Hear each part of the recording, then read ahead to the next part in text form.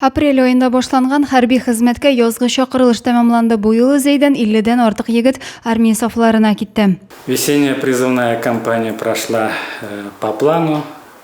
Мы к призыву готовились заранее. Призывная комиссия и медицинская комиссия работали согласно графика, без сбоев, и задание выполнили на 100%.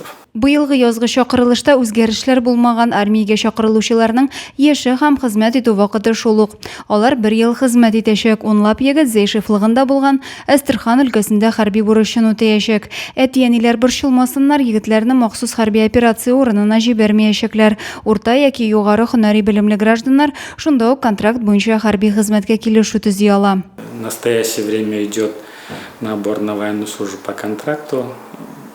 Обращается очень много ребят.